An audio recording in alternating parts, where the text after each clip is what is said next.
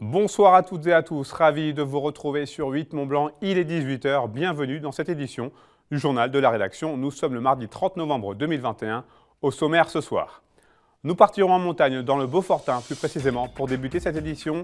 Emmanuel Jaude s'est rendu sur place pour faire le point alors que les professionnels des stations doivent faire face à un cruel manque de main-d'œuvre en ce qui concerne les saisonniers, alors que plusieurs domaines commencent à rouvrir. Cette situation tombe à un bien mauvais moment. Et puis de la culture avec un focus sur la compagnie Arcoms qui fait revivre le Théâtre des Collines à Annecy. Cette troupe lyonnaise est actuellement en résidence en Haute-Savoie et on a profité pour fêter ses 20 ans ce week-end, autrement dit le bel âge. Je vous disais en titre, si certains domaines skiables commencent à rouvrir pour le plus grand bonheur des premiers skieurs, plusieurs sociétés de remontée mécanique sont encore en recherche de personnel. En effet, on ressent cette année un manque non négligeable de main-d'œuvre saisonnière. Cette situation problématique, renforcée par les nouvelles mesures gouvernementales, pose beaucoup de questions au pays de l'Or-Blanc, comme nous l'explique Emmanuel Jaude. À l'heure où la plupart des stations se préparent à ouvrir leurs pistes aux skieurs, de nombreuses structures souffrent encore aujourd'hui du manque de main-d'œuvre. Les saisonniers, au nombre de 40 000 en Savoie-Mont-Blanc, sont en effet très difficiles à trouver cette année. Un constat que partagent de nombreux employeurs. On a recruté, mais c'est vrai qu'on a eu des petites difficultés. D'habitude, on recrute l'intégralité début octobre. Et là, on a fini de recruter il y a 15 jours. Mais c'est vrai qu'il y a quand même une grosse pénurie, en fait, une grosse pénurie de personnel en station de ski. Ça, c'est sûr, dans tous les métiers. La restauration aussi, où c'est très difficile, parce que j'ai pas mal de copains, etc. Et c'est vrai que c'est difficile, quoi. C'est une année où c'est compliqué d'avoir de la main-d'œuvre. Du côté des remontées mécaniques, plus gros employeurs de saisonniers de Savoie-Mont-Blanc, ce n'est pas l'embauche, mais bien la situation actuelle qui pose des questions. Actuellement, en pleine préparation de domaines skiables, le travail ne manque pas, mais des précisions seraient les bienvenues. On va dire que ce n'est pas une saison classique quand même. Alors nous, on a nos effectifs. La difficulté qu'on a, c'est plutôt le contexte sanitaire, puisque un certain nombre de postes de travail au sein de nos équipes devront être titulaires d'un pass sanitaire valide, puisqu'il faudra que les clients aient un pass sanitaire valide à partir de ce samedi, normalement, si le décret de l'État sort en temps et en heure. Donc on est dans cette phase aussi là, et donc du coup, tout le monde n'était pas forcément vacciné. Enfin, il y a ce sujet-là, il y a ce qui est monté en puissance aussi du côté des dépistages avec un test valide uniquement 24 heures maintenant, donc qui met également de la tension de ce côté-là. Un flou qui exacerbe encore un peu plus la précarité de l'emploi saisonnier déjà très impacté par la crise du logement en station et le statut même de la profession. Un mode de vie qui attire donc de moins en moins. Les chiffres que nous avons dépendent des stations, mais de manière générale, on se dit qu'en gros, il y a 15-20% de saisonniers qui manquent à l'appel et que suivant les professions, on arrive des fois même à 30%.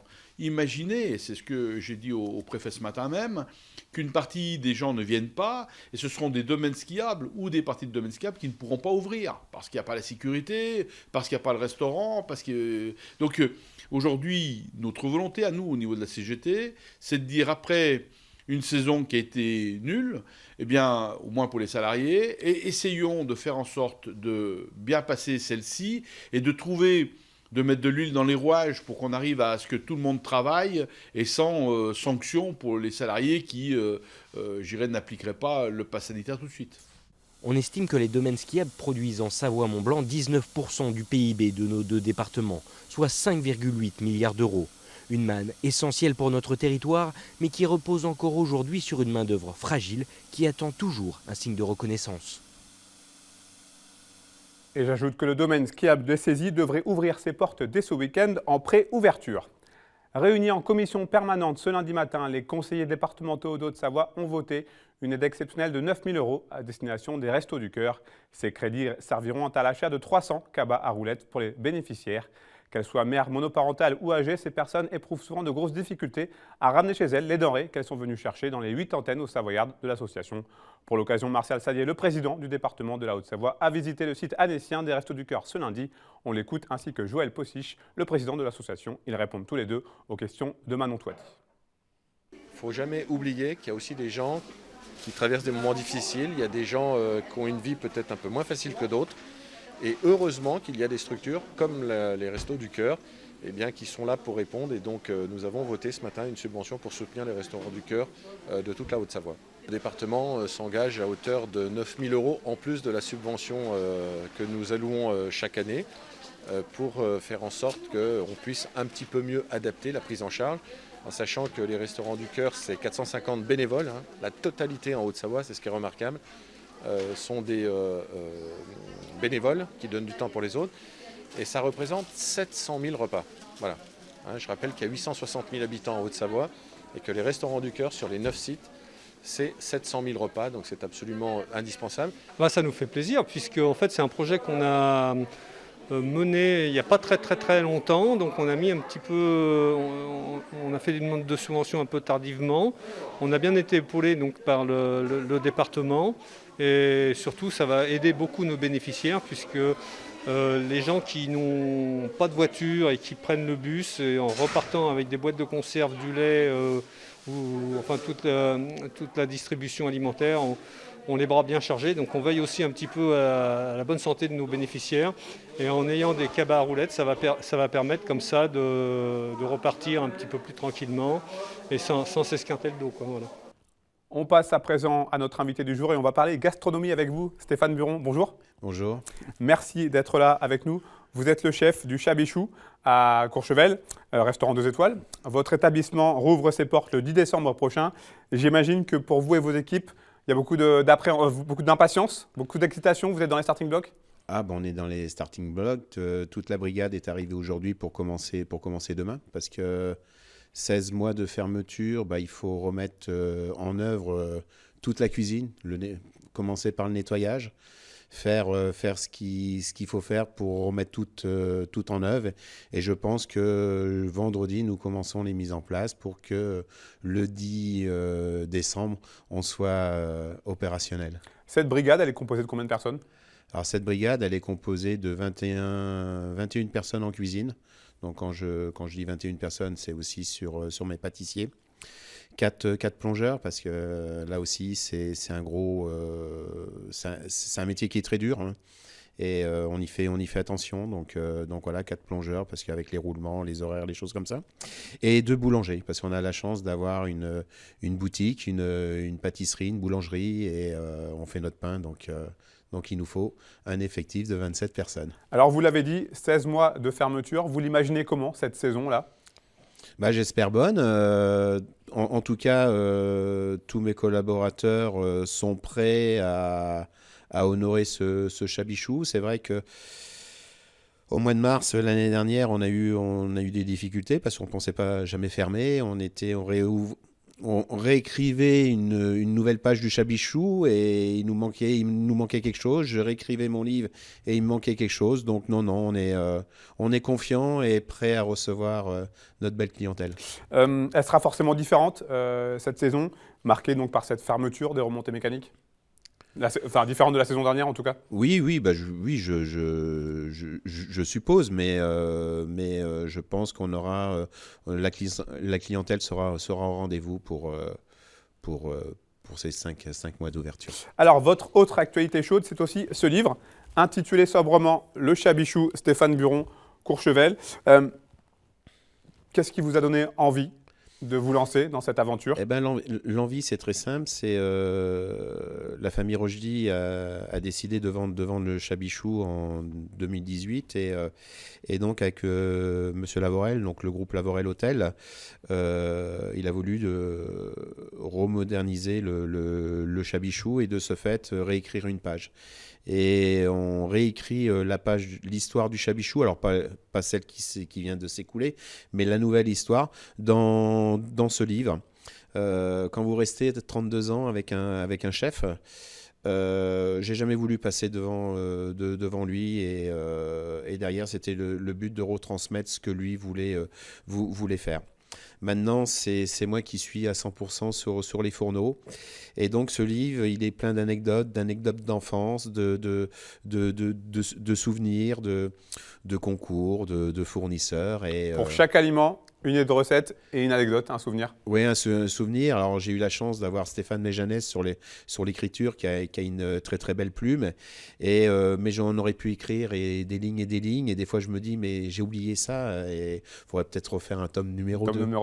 C'est un livre très personnel ?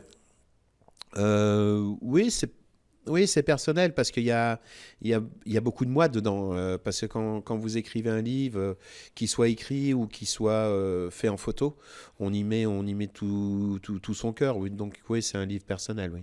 Vous l'avez évoqué tout à l'heure, j'imagine que votre mentor, Michel Rochdy, fondateur du Chabichou, décédé il y a seulement 2 semaines, il a compté dans l'écriture de ce livre, dans l'élaboration. Bah oui, parce que derrière, vous restez pas 32 ans avec une personne. On nous appelait les inoxydables, parce qu'en fin de compte, dès qu'on sortait, on était toujours en binôme. Donc, certains chefs 3 étoiles, bien connus, nous disaient « Ah tiens, voilà les inoxydables ». Et c'est vrai que 32 ans, quand j'ai appris le décès de M. Rochdy le lundi soir, et c'était mon fils qui me suit dans le métier, qui m'a dit « Est-ce que tu as vu la publication ?» J'ai dit non, bah, j'appelle Madame Rochdy, et c'est vrai qu'il y a toujours cet humour de M. Rochdy, et je pense que je garderai cet humour-là parce que j'ai vécu 32 ans avec lui, et il me disait, tu sais, ma plaque qui est sur mon fourneau, là, signée Michel Rochdy, bah, le jour que je décéderai, tu auras juste à mettre l'année de ma mort. Et j'ai dit non, je pourrais jamais faire ça. Et c'est vrai que le matin, quand je suis arrivé mardi matin, je lui ai dit, mais pourquoi tu m'as fait ça? Tu n'aurais pas pu attendre la fin de la saison d'hiver. Quelle est son influence dans votre cuisine d'aujourd'hui? La simplicité, le bon produit, le beau, toujours avoir envie de faire plaisir. Est-ce que c'était difficile de lui succéder, ou est-ce que le fait d'avoir travaillé à ses côtés pendant aussi longtemps, ça a facilité un petit peu les choses? Oui, je pense ça serait un peu prétentieux de dire non, ça a été facile. Je pense que il fallait que je change quelque chose de ma cuisine. Mais quoi changer quand vous faites une cuisine qui est reconnue dans le monde entier, où hier j'étais au Goemio, on a encore 4 tocs au Goemio, donc voilà, qu'est-ce qu'on peut changer? J'ai pas changé grand-chose, juste ma vision, la mienne, ma propre vision. Mais il y aura toujours la sienne. De toute manière, on ne peut pas oublier 32 ans de vie. Ce sera aussi forcément j'imagine, une saison un petit peu particulière, due à l'actualité et son décès tout récent. Oui, mais je pense demain, donc j'ai vu quelques éléments de ma cuisine, quelques collaborateurs de ma cuisine, et je pense que demain matin, on va s'entretenir. Voilà, on va être je pense que j'espère avoir les 27 demain matin à 8h30, mais je pense que je vais déjà leur expliquer la maison par qui elle a été créée, ouais. Et donc voilà. Pour en revenir à ce livre, votre parcours de vie a fait que vous avez été amené à beaucoup bouger. Naissance à Limoges, enfance en Lorraine, et aujourd'hui vous travaillez en Savoie. Dans les recettes que vous proposez, on voyage également. Oui, on voyage. Alors, j'ai eu la chance, avec le col, alors je ne sais pas si c'est la chance, mais avec ce col bleu, blanc, rouge, de pouvoir voyager. C'est vrai que on peut aller, j'irai partout dans le monde. Et il y avait toujours un pays qui me fascinait, c'était l'Asie et surtout le Japon. Et donc, dans ce livre, il y a un peu de petites choses, des émotions, mais ça serait plus des émotions gustatives là sur certains produits comme l'agrume. J'adore l'agrume, et de retrouver tous ces agrumes un peu japonais, soit en jus ou soit en zeste, apporte de la fraîcheur et de l'exotisme. Un dernier mot, Stéphane Buron, pour souligner les textes, vous l'avez un petit peu fait, les textes de Stéphane Méjanès et les magnifiques photos de Philippe Barré. Oui, alors Philippe Barré, j'ai eu la chance, parce que j'ai eu la chance de le connaître il y a à peu près 15 ans, et on s'est liés d'amitié. C'est à mon avis, l'un des plus grands, ou parmi l'un des plus grands photographes, et je me devais à faire ce livre avec lui, parce qu'on a dû shooter des milliers de photos, donc voilà. Merci beaucoup. Merci infiniment, à vous en tout cas. Stéphane Buron. Bon courage pour la saison à venir, et puis bon courage pour toute la suite. Merci. Demain 8h30. Merci. Et oui, à 8h30, il faudra y aller. Merci beaucoup. Merci à vous. Merci. De la culture pour aller jusqu'à la fin de ce journal. Nous vous en parlions dans notre édition de vendredi. Depuis un an, la compagnie lyonnaise Arcosme fait vivre le Théâtre des Collines. La troupe est en résidence dans cette structure annécienne et elle a fêté ce week-end un anniversaire très particulier. Son tout premier spectacle a en effet 20 ans et fait rare. Il continue à tourner dans le monde entier. Victoria Lopez a pu assister à une représentation vendredi dernier. Elle en a profité pour rencontrer les artistes et la directrice du théâtre. Reportage. 20 ans, le bel âge. Le spectacle ECOA n'a pas pris une ride. Créé en 2001, mêlant danse et musique, il a fait le tour du monde. Près de 1000 représentations pour un franc succès à chaque fois. C'est un écho entre la musique et la danse. C'est vraiment essayer de travailler et ne pas avoir la cohabitation qu'on a l'habitude d'avoir, les musiciens qui jouent de leur instrument et les danseurs qui vont danser par-dessus. Mais au contraire, essayer que tout le monde participe à la partition, enfin à la partition chorégraphique justement, on appelle ça comme ça. Que ce ne soit pas forcément non plus l'inversement avec les musiciens qui dansent et puis les danseurs qui vont faire de la musique, mais voilà, essayer de trouver vraiment un vocabulaire commun. C'est un spectacle qui a des moments drôles, il est très timé, il y a aussi des moments de poésie, mais on l'a tellement tourné aussi dans des cultures différentes, dans des pays différents, et à chaque fois on a vu qu'il résistait à ça. Il avait cette force particulière de choper le public, quoi, et à tous les âges, il y a quelque chose de très chouette pour nous. On ne se laisse pas manger par un public qui peut être des fois très vivant, qui manifeste vraiment ses émotions, et on arrive toujours à retrouver l'écoute, à les rattraper. Et ça, je trouve que c'est vraiment une force d'ECOA pour moi, ça. La compagnie Arcosme est en résidence au Théâtre des Collines depuis un an. Une année particulière marquée par la fermeture des lieux de culture. Depuis quelques mois, la compagnie retrouve son public. Elle a pu fêter dignement les 20 ans de son premier bébé. Ça fait à la fois plaisir, ça rend nostalgique et en même temps tellement heureux parce qu'on a convoqué en fait beaucoup d'artistes qui ont du coup joué cette pièce tout au long de ces 20 années. Et du coup, ça fait chaud au cœur de retrouver tout le monde. Et parce que c'est ça qui nous a fait tous. Enfin, on a vécu plus ou moins quelques années comme ça avec ce spectacle. Donc quelque part, ça raconte une partie de notre vie. Donc oui, c'est très émotionnellement parlant, c'est très très fort ce qu'on vit là actuellement. Arcosme profite de sa résidence pour peaufiner ses prochaines créations. Pour sa part, le Théâtre des Collines apprécie la présence dans ses murs de la troupe d'artistes. Nos maisons, nos théâtres sont vides, sont les artistes en réalité. Ce ne sont que des boîtes où les artistes sont de passage. Et avoir une compagnie en résidence, ça permet d'ancrer véritablement le spectacle au cœur de cette maison. D'avoir une sorte de fidélité aussi, ça permet aux compagnies et à nous de construire un lien plus approfondi, de mieux les connaître, du coup de mieux les accompagner. Et puis c'est surtout un bénéfice pour nos publics qui peuvent aussi suivre l'évolution de cette compagnie, qui peuvent nouer des liens aussi dans le cadre de projets avec des artistes.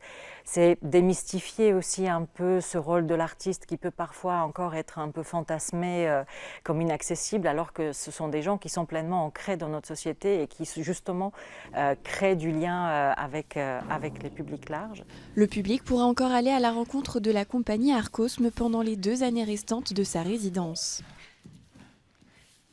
C'est la fin de cette édition. Merci à vous pour votre fidélité à l'information sur 8 Mont Blanc. Merci à toute l'équipe pour son aide.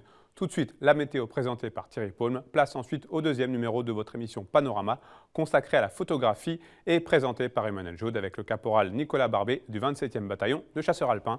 Passez une très belle soirée, prenez soin de vous et de vos proches. Rendez-vous mercredi, même endroit, même heure, pour un nouveau journal sur 8 Mont Blanc.